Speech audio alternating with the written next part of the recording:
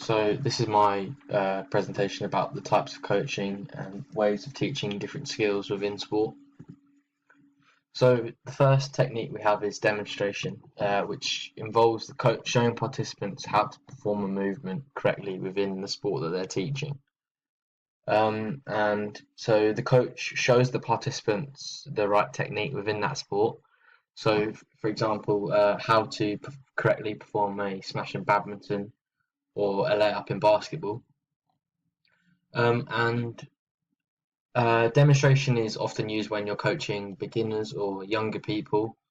And for a demonstration to be the most effective, it has to have the three key points, which are using big movements, including repetition, and giving feedback.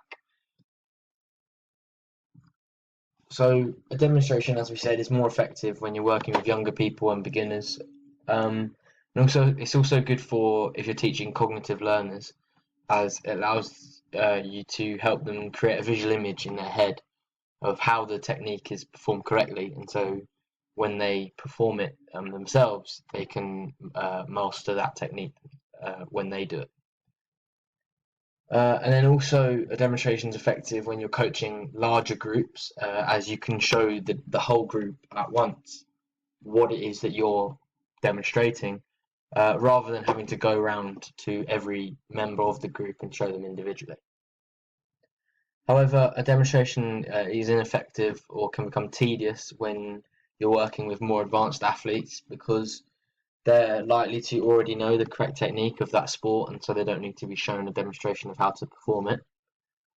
Also, if the skill's too hard to demonstrate, so for example in swimming and gymnastics, some skills are not suitable to be demonstrated, and so you probably want to pick a different type of coaching to show them type of skills.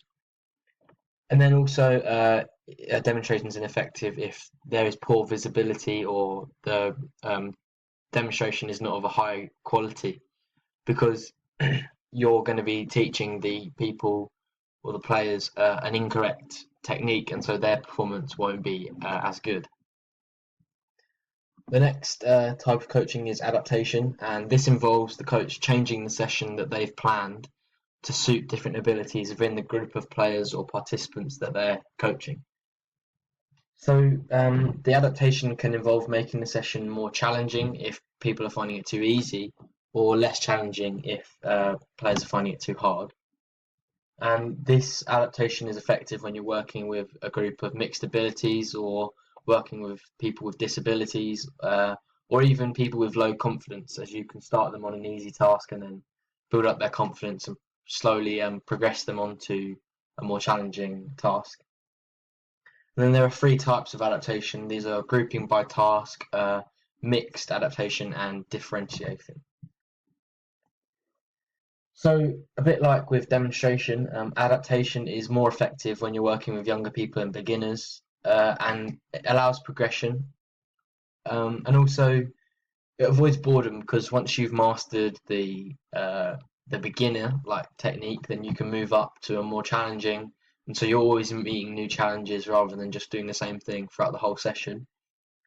And also, an adaptation, like an adaptive session, can cater for all abilities. So if you've got some people in your group that are more advanced, or some that are like new to a skill, or even with some people with disabilities, the different levels of adaptation throughout your session will cater for all of these types of skill level. However, you could also see this as a negative point, because the beginning levels of the adaptation session is going to be ineffective and boring for the top level athletes, because they don't need to be shown the basic stages of a skill, because they're already of a decent level. And then the third type of coaching that we'll look at is observational analysis, which involves the coach making notes about their players without giving feedback whilst the session is happening.